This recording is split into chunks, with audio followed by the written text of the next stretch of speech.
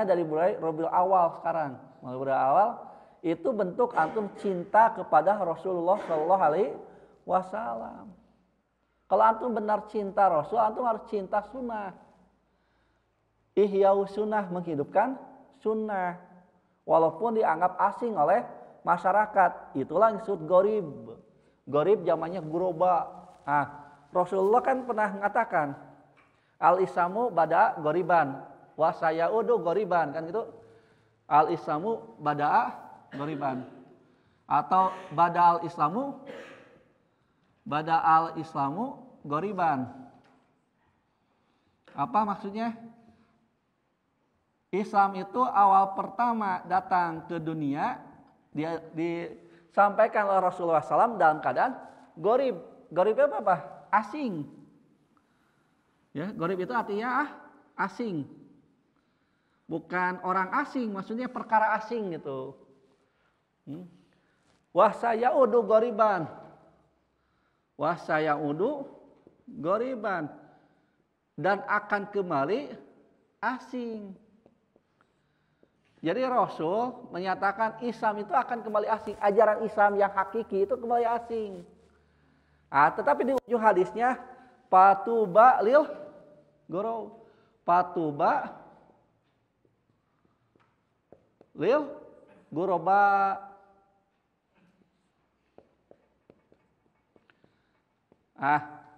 Tuba itu apa? Berbahagialah. Berbahagialah. Bersenang-senanglah, atau ya paling tepatnya berbahagialah. Lil gurobai, orang-orang yang anggap asing, yaitu orang yang waman ya. Gorib, siapa yang gorib itu? Siapa yang dianggap asing itu? Maka kalau kita lihat dalam riwayat lain itu adalah man ahya sunnah, ya, orang yang menghidupkan sunnah ketika orang mematikannya. Jadi antum kalau melaksanakan saum Senin Kemis di tengah-tengah masyarakat yang sekuler, masyarakat yang materialisme, dianggap asing, antum bahagia karena keasingan antum itu dalam rangka menghidupkan sunnah, namanya ihya'us sunnah gitu. Ihya'u sunnah. Sementara orang lain mengatakan cinta Rasul dengan cara yang tidak pernah ada contohnya, itu masalah. Jadi kita bukan membenci praktek tersebut, tetapi kita cari dalil. Karena ibadah kembali kepada dalil. Saya ulang-ulang ya dalam momentum seperti ini. Kaidah ibadah kita itu al-aslu fil ibadah tauqifiyah wal ittiba'u. Ini ya. Al-aslu fil ibadah. Ini kaidahnya. Anda harus tahu itu kaidahnya. Al-aslu fil ibadah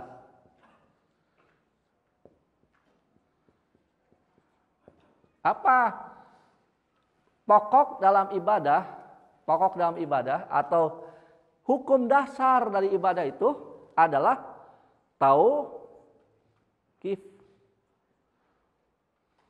tauqifiyah.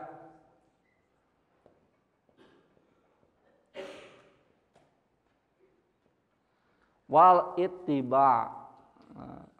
Ini kaidah masyhur ahi. Kaidah ini terkenal sebetulnya di kalangan ahli usul. Jadi pokok hukum dasar dalam ibadah, al-aslu fil ibadah, kalau itu namanya ibadah, pokok asalnya tauqifiyah. Tauqifiyah itu dari kalimat waqafa.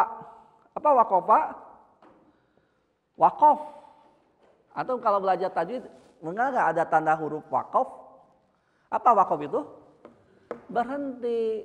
Jadi awalnya kita berhenti, tunggu. Wal ittiba, mengikuti. Maka bukan sentimen kita mengatakan kalau itu benar adalah sebuah contoh dari Rasul, sunnah Rasul, silakan kemukakan dalilnya. Itu bukan mengada-ngada. Ungkapan itu ungkapan yang hak gitu. Ungkapan yang benar. Tahu kaidahnya ulama merumuskan dari berbagai dalil. Rumusan ini bukan ujug-ujug ada, tapi adalah sebuah kesimpulan dari banyaknya dalil disimpulkan oleh ulama melahirkan kaidah amiyah, kaidah umum. pokok kalau itu ibadah, antum ini ibadah bukan ibadah, ya udah kita tauqif dulu, berhenti dulu, jangan dilanjutkan. Cari rumusnya, rambunya. Kalau ada rambunya itu yang dalil itu rambu. Ke arah mana? Lanjut atau diam? Ada dalil lanjut, tidak ada dalil diam.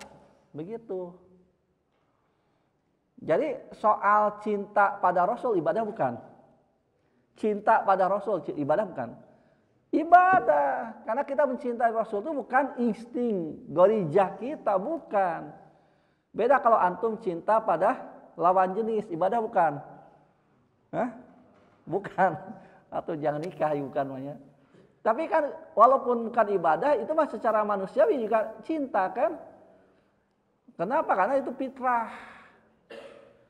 Sesuai dengan firman Allah, Juyina linasi hubus syahawati minan nisa. Jadi kita laki-laki pasti mencintai wanita. Tapi apakah kita laki-laki mencintai Nabi? Tidak. Secara gorijah kita cinta pada Nabi kan karena unsur ibadah, akidah. Dorongannya akidah. Sebagai aplikasi atau implementasi daripada syahadat kita, asyhadu alla ilaha illallah wa asyhadu anna muhammadar rasul. Kita bersaksi bahwa Rasul Muhammad itu utusan Allah sehingga kita mencintainya karena Allah menyuruh kita mencintai beliau. Ya. Kalau kita cinta pada Allah, kita mesti cinta pada Rasul. Dan kita harus ittiba. Dalam surat Ali Imran ayat 31 lah. Ini ayat yang populer juga. Ada yang hafal Ali Imran? Allah mengatakan, "Qul," katakanlah, "in kuntum tuhibbunallaha fattabi'uni yuhibbukumullah wa yaghfir lakum dzunubakum wallahu ghafurur rahim." Ayat ini jelas ayat yang mutlak menjadi kaidah ibadah itu ittiba gitu. Qul, katakanlah oleh Muhammad, in kuntum tuhibbunallaha, ketika kalian mengaku cinta pada Allah. Awal mula si ayat ini berkaitan dengan pengakuan Nasrani Najron yang datang pada Rasulullah SAW mengaku cinta pada Allah. Tapi mereka mengingkari risalah Rasulullah SAW, mengingkari kenabian Muhammad SAW. Maka turunlah ayat ini sebagai barometer. Kalau cinta pada Allah harus cinta pada Nabi, harus ikut pada ajaran Nabi gitu. Justru karena cinta kita pada Allah dan Rasulnya, kita tauqif, berhenti gitu. Paham itu? Orang ramai. Ibadah itu bukan ukuran ramai. Bukan ukuran banyak. Karena kadang-kadang kebanyakan itu belum tentu kebenaran. Yang namanya benar itu bukan banyak sedikit, tapi sesuai tidak dengan perintah Allah dan Rasulnya. Itu parameternya, itulah barometernya. Jadi kalau ini sesuai, itulah benar gitu. Seperti antum lah, walaupun banyak orang melakukan ya seperti antum ya, antum saksikan secara hukum manusiawi saja, hukum pemerintah, ya hukum negara. Antum perhatikan kalau dari arah stasiun Padalarang ke Cihaliwung gitu, sok saha nu sok ngaliwat di stasiun Padalarang ke Cihaliwung. Lain Cihaliwung, tahu nggak Cihaliwung? Ya, simpang yang ke Purwakarta, Cihaliwung kan namanya. Cihaliwung ke Padalarang halal atau haram? Cek negara menang teu? Di Cihaliwung ke stasiun Padalarang, orang pakai kendaraan bermotor, bawa mobil, bawa motor. Menang teu? Cek negara menang teu? Menang da arahna kan? Tapi lamun di stasiun Padalarang ka Cihaliwung menang teu? Teu menang, da aya proboden. Tapi loba teu anu ngalanggar. Aya teu anu ngalanggar? Banyak. Ta eta teh maksiat gitu. Ngan lain ka Allah eta maksiatna ka pamarentah. Ngan ka manusia we antum maksiat gitu umpamananya kalau kepada yang melaksanakan. Jadi pelanggar itu selalu banyak. Tapi yang melakukannya itu benar atau salah? Walaupun banyak yang melakukannya, benar atau salah? Salah tetap gitu kan. Walaupun banyak. Wah, tiap pagi, tiap sore banyak tuh yang lewat kan. Ya, padahal pelang-pelang itu kan ramunya jelas. Poroboden, tahu poroboden? Bulat, tengah nak itu kan. Itu artinya boleh masuk atau tidak boleh masuk. Tidak boleh masuk kan gitu. Artinya dari arah stasiun Padalarang mestinya belok ke Gedung 5. Ngerti nggak? Tapi faktanya ada nggak yang lewat ke Cihaliwung tetap? Loba. Apakah menjadi halal gitu? Tidak. Mun aya razia kumaha ditewak mah? Tarewak. Itu urusan duniawi seperti itu. Jadi lain ukuran loba gitu. Kebenaran itu bukan ukuran loba. Ini masalah. Yang benar tetap ke Gedung 5 gitu. Walaupun antum seorang diri. Muter antum ke Katagog, muter heula terus ka eta teh tukang minyak teh tukang minyak. Ya. Pertamina kan muter heula, jauh kan? Jauh deket. Jauh muter Katagog, tah eta nu halal. Ya. Tapi kan prinsipnya kalau bisa dipermudah kenapa dipersulit kan gitu prinsipnya teh. Ini mudah encan di Tagog macet, encan di pasar Padalarang macet, hoream. Ya. Atau milih yang muter atau milih yang praktis? Masalah. Ya urusan dunia wae ge praktis. Salah. Kacau. Itu sama deh saya atuh nikah atau jidah. Udah kena mayar we sakali.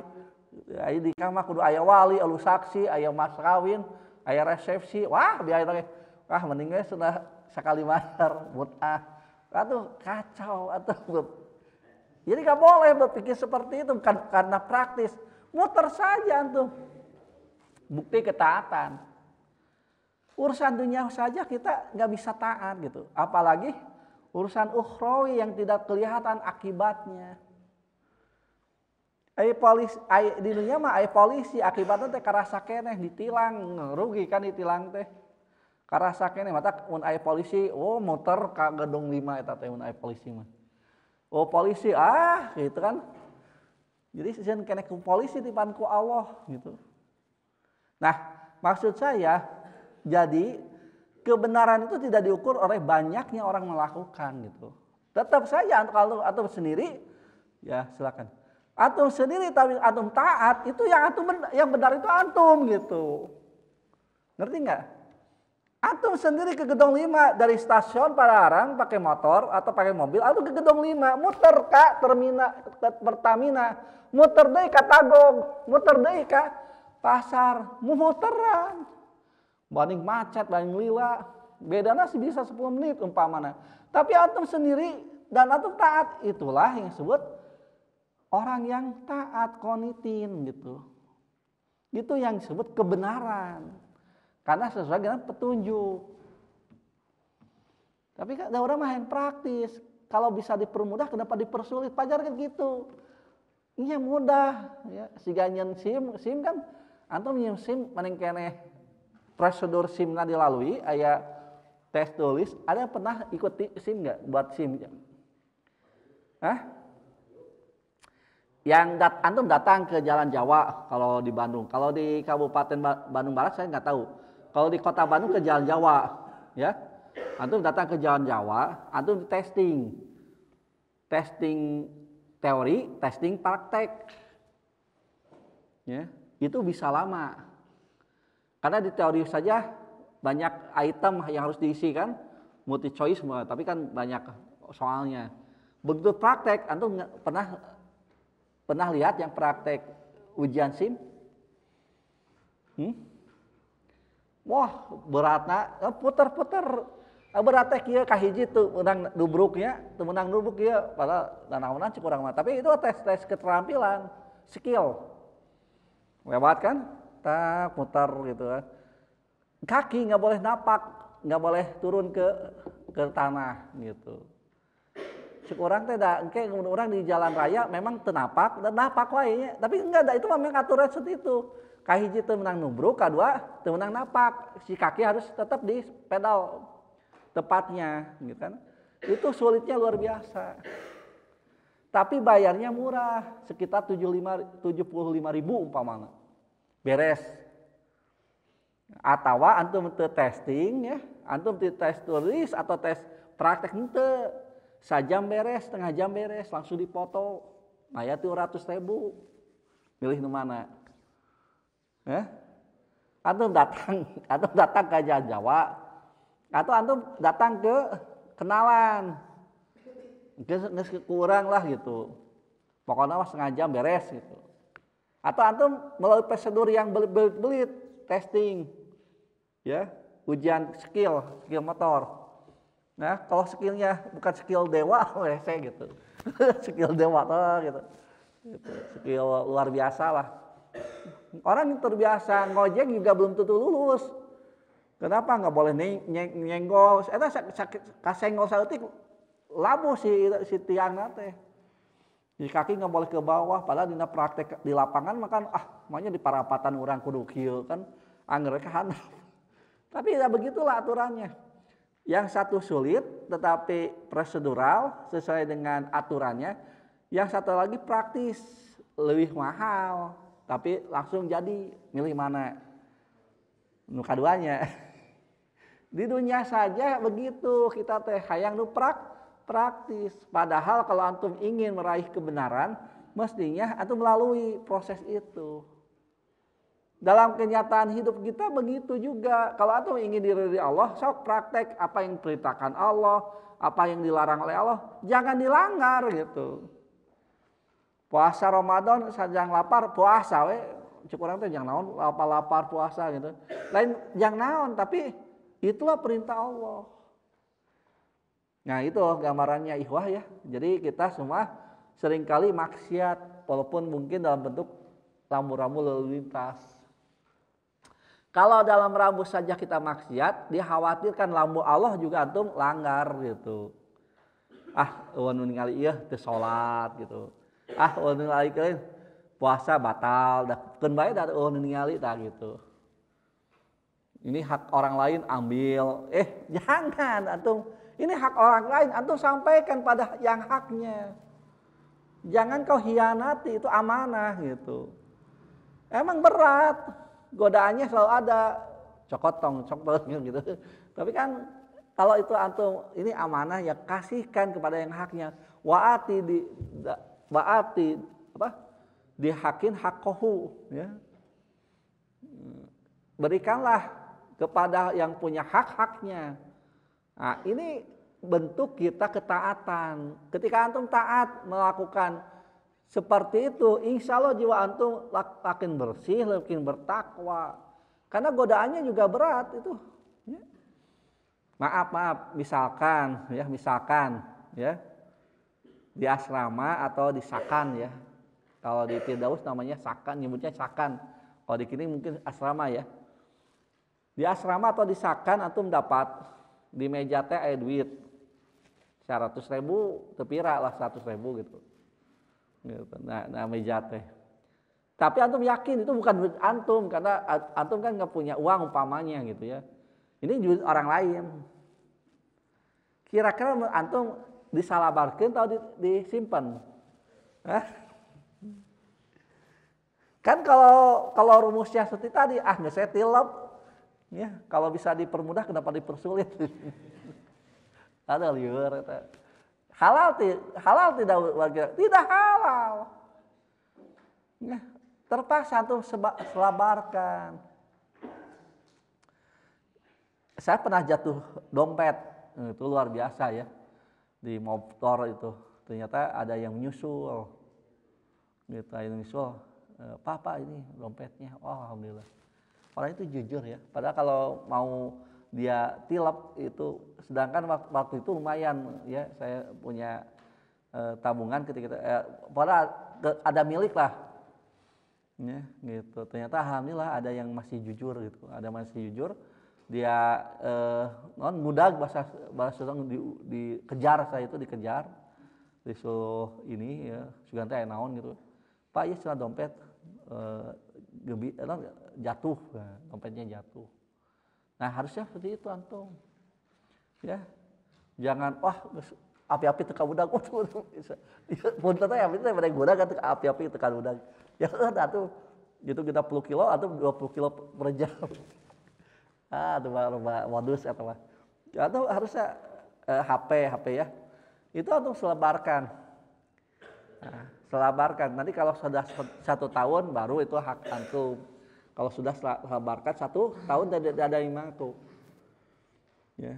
Saya sudah menyebarkan, saya ketemu ya barang HP di sekitaran kampus Sataipi.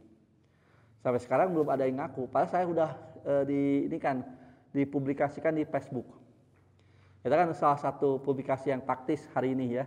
Dan rata-rata biasanya santri atau mahasiswa itu kan punya Facebook. Saya sebarkan, tapi sampai sekarang belum ada yang menghubungi. Saya tidak detilkan HP-nya, takut jual di aku gitu.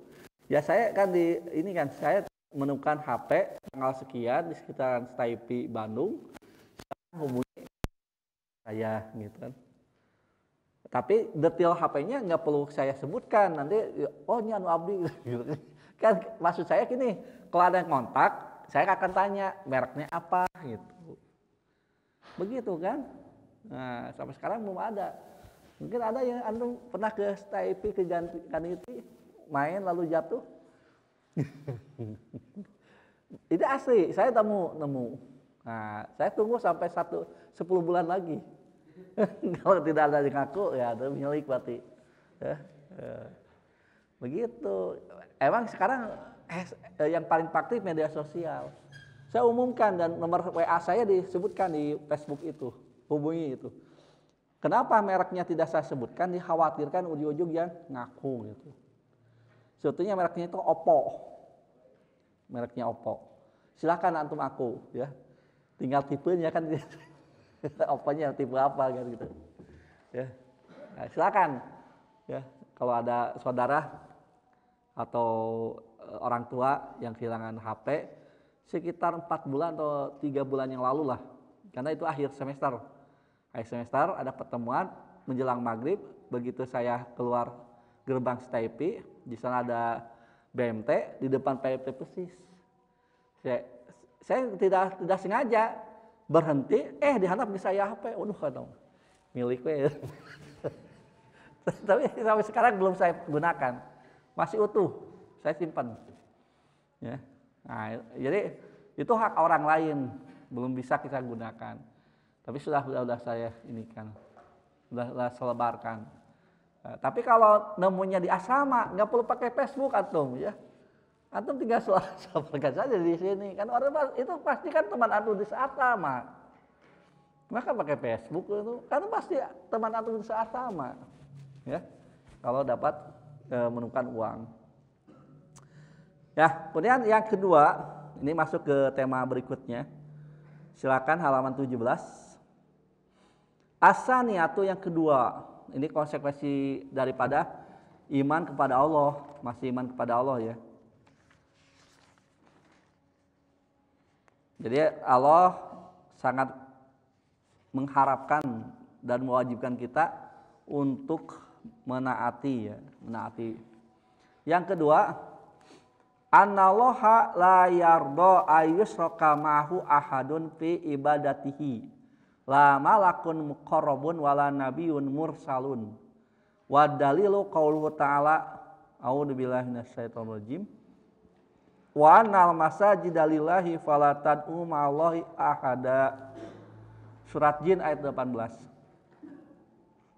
Yang kedua, bahwasanya Allah tidak ridho. Artinya Allah membenci. Kalau tidak ridho artinya Allah membenci.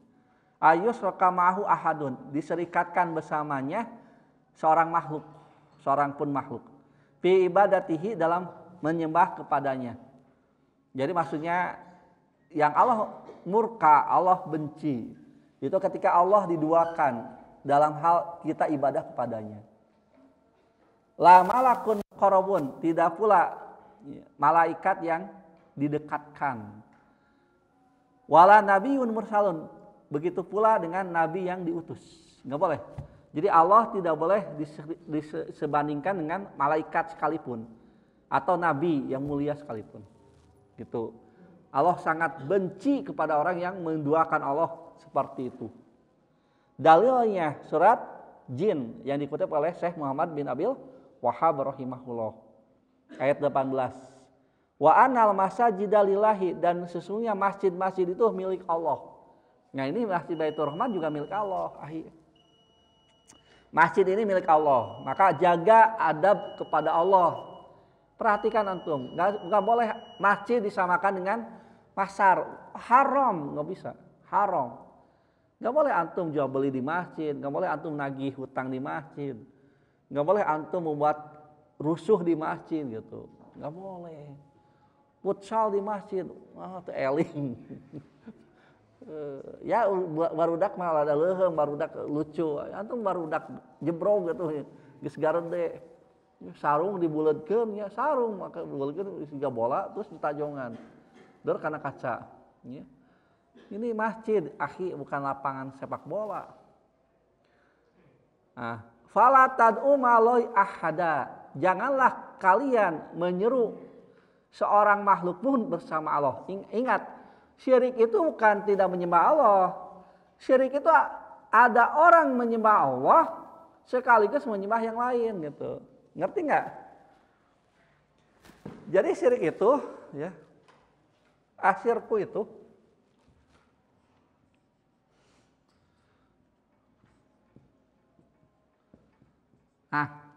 jadi hamba itu, seorang hamba ya, ini al-abdu, artinya hamba. Nah, ini kepada Allah, ya. Nah, ini ibadah, si hamba ini ibadah kepada Allah. Tapi sekaligus dia berniat ganda gitu. Nah, begini yang disebut musyrik teh. Jadi kepada Allahnya ya, tapi di sini mungkin ada mengkultuskan siapalah gitu. Antum misalkan ada niat ingin dipuji ya, pujian manusia, pujian. Nah, ini menjadi musyrik gitu. Apalagi kalau dia nyembahnya pada selain Allah, itu akbar atau itu mah. Setiap orang menyembah Lata Uja di zaman jahiliyah, akbar itu mah, yakin syiriknya jelas sekali, akbar jali. Sudah besar, tampak pula gitu. Ini yang disebut dalam surat Al-Bayyinah akan kekal abadi, dan yang tadi disebut sebagai khalidina fiha abada.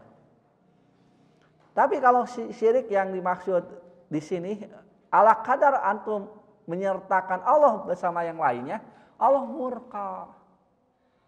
Allah sangat pencemburu dan Allah sangat benci ketika ada orang yang menduakan Allah.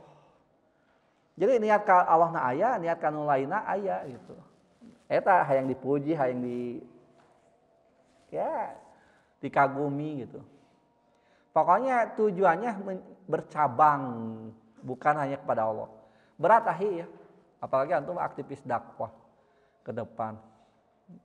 Ya antum kan nanti menyeru manusia ke jalan Allah. Nah, hati kita harus memang lempang karena Allah gitu.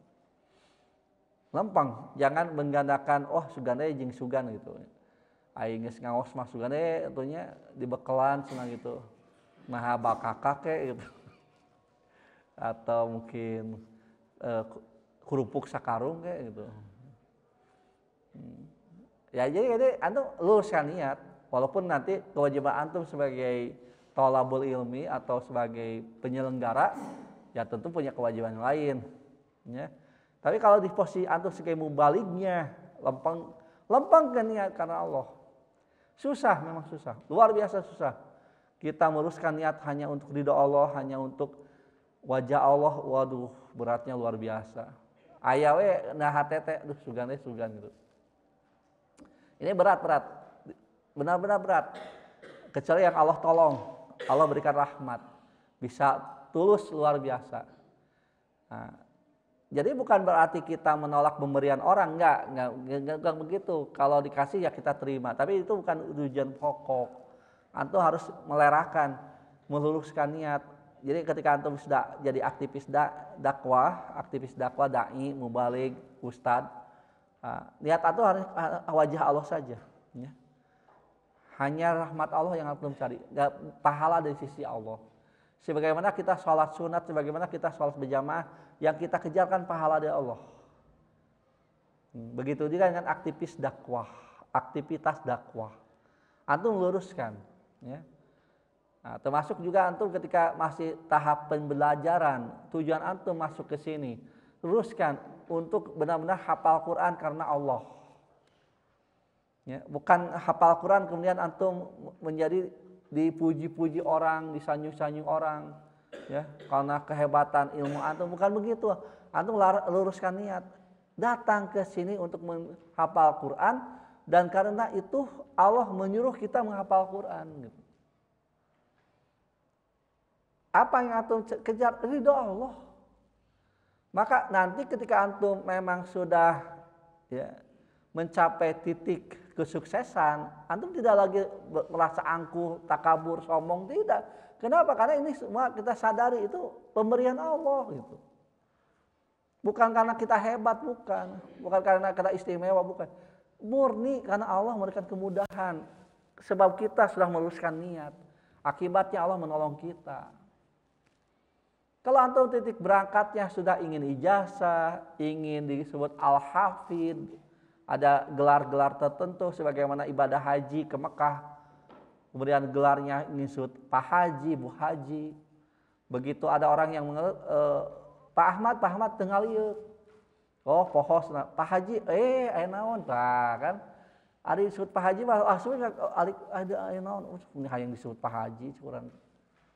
Nah, ini kan bahaya, merusak makosid. Tujuan kita ketika kita ibadah.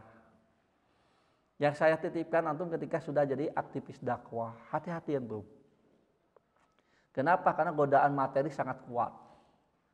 Luar biasa, ya. Bagaimana kita rusak niat itu karena materi. Ya, sampai-sampai kalau kita banding-banding, oh nah ini mah kadieu mah raos, kadieu mah teu raos. Aya aturan kitu, yang antum kejar apa gitu. Ya. Hati-hati antum meluruskan. Kalau antum karena Allah semata-mata, antum tidak pilih-pilih gitu. Karena faktanya begini, ya saya juga prihatin gitu. Saya juga prihatin. Ada cerita bahwa ada seorang mubalik lalu menolak karena banyak faktor. Kan kalau dakwah nggak begitu ya. Ada juga yang aspeknya mungkin ingin didengar banyak orang, itu juga bagus ya, ingin didengar banyak orang. Tetapi jangan menghalangi aktivis dakwah sampai bertanya, kayaklah senai masjid itu teh sawa orang hadir. Nggak 10 orang, aya aturan bedo gitu kan. Antum aktivis dakwah jangan begitu. Walaupun seorang saja yang datang, antum datang saja, berikan ilmu. Boleh jadi seorang itu jadi ulama ke depannya. Jangan abi mah lamun teu 100 jalmi mah sumping, wis gaya. Kalau tidak 20 orang mah tidak akan datang, minimal 20 orang. Antum tujuannya untuk apa gitu dakwahnya? Walaupun Abdullah bin Umi Maktum itu terkenal dengan seorang hamba saat itu yang tidak bisa melihat, tunanetra, datang harus dilayani oleh Rasulullah SAW. Dari langit tegurannya juga lah, gara-gara Rasul ya karena pada waktu itu kan kurang tepat waktunya mungkin. Rasul sedang menghadapi pembesar Quraisy. Abdullah bin Umi Maktum datang karena beliau itu tidak dapat lihat, jadi tidak tahu bahwa di depan Rasul ada banyak pembesar Quraisy. Tapi Rasul kan bermuka masam, turunlah surat Abasa wa Tawalla.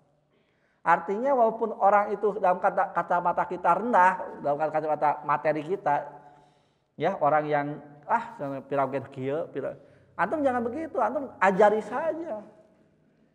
Mengajar 10 orang, mengajar 1 orang, mengajar 100 orang sama. Ya, sama. Mengajar juga gitu. Niatkan karena Allah. Karena Allah pasti memberi pahala. Bisa jadi karena antum ikhlas mengajar seseorang, Allah pahalanya lebih besar daripada antum mengajar 100 orang dengan motivasi bukan karena Allah. Jadi itu ikhwah ya. Jadi karena ini aktivis dakwah saya amanatkan. Antum jangan mentang-mentang di satu surau musola nuletik tajuk gitu ya. Langgar dengan 2 orang. Geus ngaji teh eureun lah. Ulah gitu. Jangan begitu, antum layani ya dalam tanda petik ya. Antum datangi gitu. Mereka mencari ilmu kok, mereka ingin mencerahkan agama. Kasih waktu antum kasih gitu. Syukur-syukur sih antum memang diundang lah gitu ya ke halaqah yang lebih besar, ke masjid yang luar biasa. Silakan, itu fadilah di atas fadilah. Diundang oleh presiden ya, diundang oleh Jokowi, wah gaya. Itu ceramah di depan Jokowi kan, itu mah wah luar biasa. Tapi bukan itu target antum gitu. Itu nggak jadi masalah, antum diundang oleh seorang gubernur, orang-orang presiden, silakan antum datang, dakwahi mereka. Tujuan kita tetap lillahi ta'ala.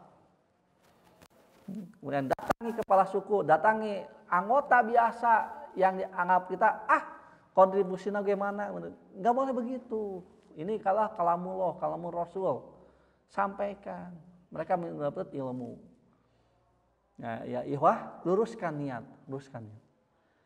Amanat Pak Nasir juga demikian ya, amanat Pak Nasir. Luruskan jarum hati. Jadi jarum hati kita harus mantang ke Allah. Nanti Allah yang membalas jerih payah antum, mengajar antum, capeknya antum, lelahnya antum. Walaupun hanya mengajar 1-2 orang saja. Pahalanya bisa jadi lebih besar ketika antum lebih ikhlas. Lebih berpengaruh di akhirat daripada antum mengajar 100 orang tetapi niat antum bukan karena Allah. Bisa jadi yang 100 orang itu antum tertolak. Tidak ada pahala. Kenapa? Karena tidak ada keikhlasan. Syukur kalau antum bisa ikhlas dengan jumlah ribuan santri antum, silakan. Itu adalah fadilah di atas fadilah. Tetapi ketika kita realitanya menunjukkan bahwa kita memang harus belajar hanya 1-2 orang, ikhlaskan niat. Karena pahala bukan dari mereka, pahala langsung dari Allah. Kan gitu ya. Jadi dalam hal thalabul ilmi saja, uruskan niat. Mungkin sementara itu yang dapat disampaikan pada kesempatan hari ini. Ya, mudah-mudahan apa yang disampaikan ada guna manfaatnya. Benarnya dari Allah dan Rasulnya, salahnya dari saya yang menyampaikan. Alafu minkum. Kita insya Allah lanjutkan halaman 17 ini di pekan depan. Kita akhiri dengan kafaratul subhanakallahumma wa bihamdika asyhadu alla ilaha illa anta astaghfiruka wa atubu ilaih walhamdulillahi alamin. Wassalamualaikum warahmatullahi wabarakatuh. Alladzi anjala sakinata fi qulubil mu'minin liyazdadu imanan ma'a imanihim walillahi junudus samawati wal ardi wa kana Allahu aliman hakima wa asyhadu an la ilaha illallah wa asyhadu anna muhammadar rasulullah amma ba'du. Baik ikhwatul iman, silakan dibuka kitab syarah salah satu usul terkait dengan bahwa Allah SWT harus ditaati dan tidak boleh dimaksiati. Setelah dia mengutus para rasul untuk menyampaikan kebenaran, pada pertemuan yang lalu kita telah menyatakan tentang akibat orang yang maksiat. Saya ulangi di halaman 17 dan sebelumnya halaman 16 paling bawah. Bismillahirrahmanirrahim. Wa min qaulihi sallallahu alaihi wasallam, dan di antara sabda Nabi sallallahu alaihi wasallam, kullu ummati yadkhuluna al-jannata illa man aba. Setiap umatku pasti akan masuk surga kecuali orang yang enggan. Faqila, lalu ditanyakan, wa may ya'ba ya Rasulullah, siapa yang enggan wahai Rasulullah? Qala, maka beliau menjawab dalam hadis ini, yaitu hadis riwayat Bukhari, man ata'ani dakhala jannata wa man asani dakhala naro. Sedangkan dalam riwayat lain, man ata'ani dakhala jannata wa man asani faqad aba. Tapi hadis ini langsung secara saklek menyatakan siapa yang taat kepadaku pasti akan masuk surga, dan siapa yang maksiat kepadaku pasti masuk neraka. Nah, jadi orang yang bermaksiat itu adalah orang yang akan atau dijamin akan masuk neraka. Itu pula orang yang enggan masuk ke surga. Kemudian dalam pembahasan terakhir di bab ini, qauluhu sabdanya, waman asahu dakhala naro, siapa yang maksiat kepada Allah pasti masuk neraka. Hada aidon hakun mustafadun min qouli ta'ala, dan ini adalah kebenaran yang diambil dari firman Allah Ta'ala, yaitu surat Al-Ahzab ayat 36 yang pernah kita bahas pada pertemuan yang lalu. A'udzubillahi minasyaitonirrajim. Wa may ya'silaha wa rasulahu wa yata'adda hududahu yudkhilhu naron khalidan fiha walahu adzabun muhin. Dan siapa yang memaksiat, melanggar aturan Allah dan Rasulnya dan sengaja melampaui batasnya, pasti dia akan memasukkannya ke neraka dalam keadaan kekal di dalamnya, sedangkan bagi dia siksa yang sangat menghinakan. Wa qaulihi, dan firman Allah yang lain, yaitu surat tadi surat An-Nisa ayat 14, mohon maaf. Kemudian surat Al-Ahzab ayat 36. Wa may ya'silaha wa rasulahu faqad dhalla dhalalan mubina. Siapa yang maksiat kepada Allah dan Rasulnya, sungguh ia tersesat dengan kesesatan yang sangat jelas, yang sangat tampak. Wa qaulihi, dan firman Allah yang lain surat Al-Jin ayat 23. Wa may ya'silaha wa rasulahu fa innalahu naro jahannama khalidina fiha abada. Dan siapa yang bermaksiat kepada Allah dan Rasulnya, maka sesungguhnya baginya neraka jahanam yang kekal abadi di dalamnya. Nah, ini ketiga ayat ini sangat berkorelasi dengan apa yang disabdakan oleh Rasulullah SAW, bahwa kalau maksiat kepada Allah pasti masuk neraka khalidina fiha abada. Bahkan dalam surat Al-Jin ayat 23 yang tadi dikutip terakhir, itu akan kekal abadi. Jadi orang yang maksiat pada Allah dan Rasulnya itu akibatnya sangat berat sekali. Bukan perkara yang sederhana itu atau yang enteng, enggak. Itu pelanggarannya sangat berat. Sampai diancam neraka dan kekal di dalamnya. Berarti kafir.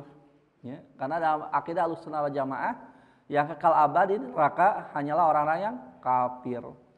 Karena maksiat kepada Allah dan Rasulnya itu dianggap kafir dengan konsekuensi kekal di dalam neraka. Wa min qauli sallallahu alaihi wasallam fil hadis sabiki, dan juga sabda Rasulullah SAW dalam hadis yang tadi dibaca. Wa man asani dakhala naro, siapa yang maksiat kepadaku pasti masuk neraka. Nah, itu selesai ya bab di mana Allah mengutus para rasul dan kewajiban kita adalah mengimani dan mentaati.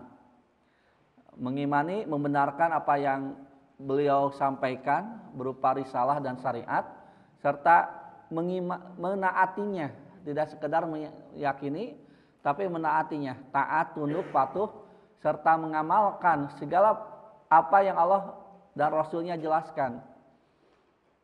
Oleh karena itu, siapapun di antara kita yang berani mengadakan satu ibadah di luar syariat Allah dan Rasulnya diancam dengan api neraka. Karena itulah orang yang enggan.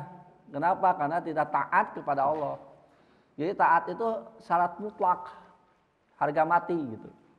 Harga mati kita adalah taat kepada Rasulullah SAW. Maka pernah kita gambarkan di whiteboard, ada kurbah, ada ta'ah, ada jibiliyah. Sunnah Rasulullah SAW itu bentuknya ada kurbah dan ta'ah, ini wajib diikuti. Sedangkan jibiliyah tentu saja kaitan dengan kebiasaan sosial pada saat itu, maka kita diberikan kewenangan untuk berbeda. Misalkan gaya berpakaian itu jibiliyah. Kenapa? Karena Quraisy bahkan kafir jahiliyah juga pakaiannya sama seperti itu. Ini aspek duniawinya, murni aspek duniawi. Sementara kalau sudah ada unsur ibadah, unsur pahala dan dosa, maka kita wajib mengikutinya. Umpamanya ihwah ya, saya sampaikan mungkin ini sebagai sekaligus pemberitahuan gitu kalau yang mereka yang belum hafal. Yaitu kita sudah memasuki malam ke-12 Rabiul Awal. Berarti besok Ahad, sekarang kan malam Sabtu. Maka Ahad itu silakan yang biasa melaksanakan ayyamul bid, saum ayyamul bid, itu laksanakan saja Ahad, Senin, Selasa. Ini salah satu sunnah yang harus diamalkan, termasuk ini adalah wasiat dari Rasulullah SAW kepada Abu Hurairah radhiyallahu anhu. Jadi Abu Hurairah menerima wasiat Rasul 3 perkara. Ya, di antaranya adalah saum tengah bulan, saum dalam 1 bulan 3 hari. Gitu.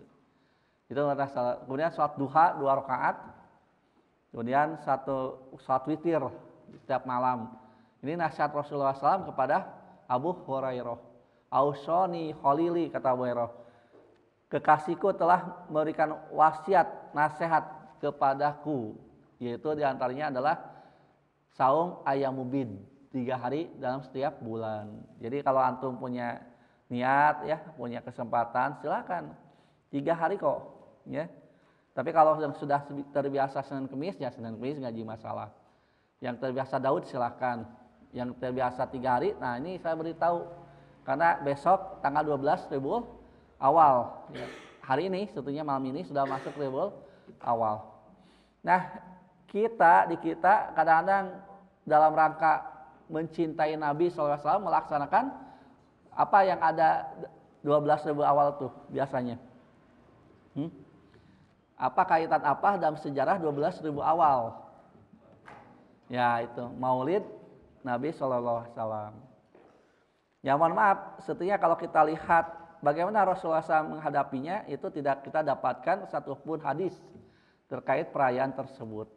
Nah, lebih baik antum ikuti sunnahnya, bukan tanggal 12 tapi tanggal 13. Itu namanya saum ayyamul bid ya. Saum ayyamul bid. Ini hukumnya sunat.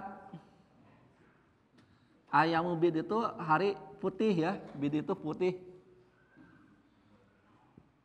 Nah, maksudnya hari-hari di mana bulan purnama gitu. Ya, bulan purnama yaitu 13, 14 dan 15 setiap bulan Hijriah. Dan kebetulan sekarang Rabiul